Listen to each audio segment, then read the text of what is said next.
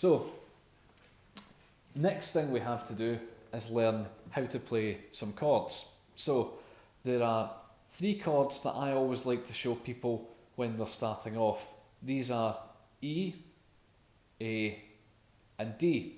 So we're going to start off with E. Now, in order to make the E, you take your first finger, your index finger, and place it on the first fret of the G. You then take your second finger, which is your middle finger, and place that on the second fret of the A. And to complete the chord, you take your third finger, which is your ring finger, and put it on the second fret of the D. So you should have something that looks like this. Now, to play this chord, you want to play all 6 strings from the low E straight through to the high E, and it should sound like this. And you can also bring your pick or your hand, however you like to play, up the way. Now, it may not sound like this at first, it may sound something like, but that's okay, stick at it.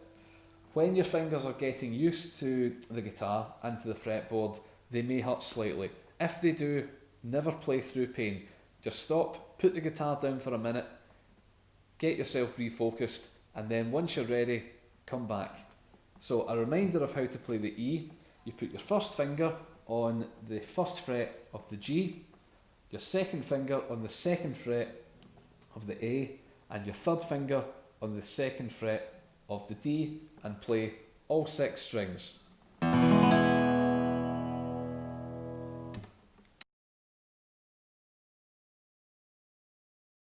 Now, the next chord we'll learn how to play is the A.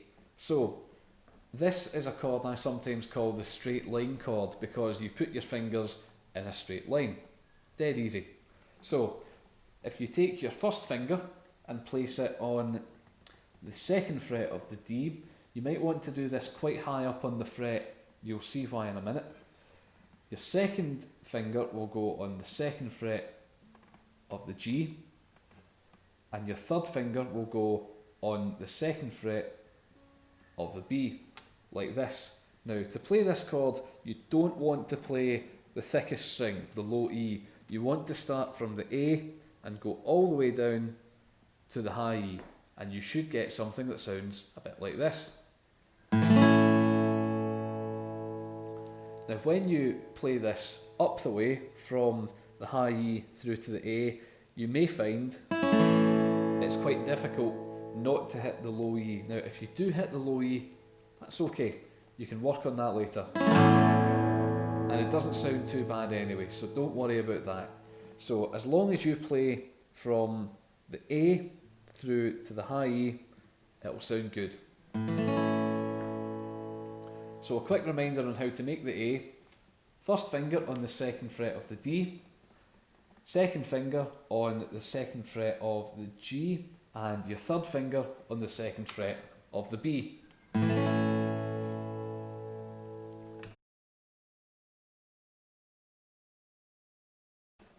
Now for the final chord of the first 3 chords we're going to learn how to play, the D, which I like to call the upside down triangle for reasons you'll see in 1 second. So we take our first finger and place it on the second fret of the G,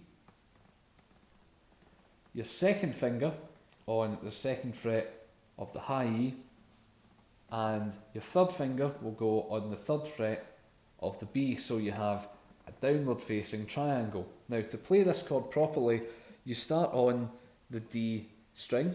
You don't want to play the A or the low E, and from here all you have to do is just bring the strings down like that.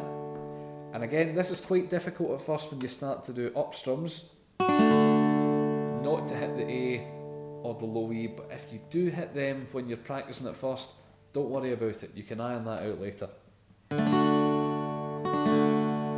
And this is quite a hard chord to get to sound good, because you're putting your fingers onto thin strings. It may sound like, but but that's okay as long as your fingers are in the right position and are pushing down so as it's comfortable and it doesn't hurt, then eventually it will start to sound good. So with that, we now have 3 chords that we can learn to play, which are the E, the A, and the D.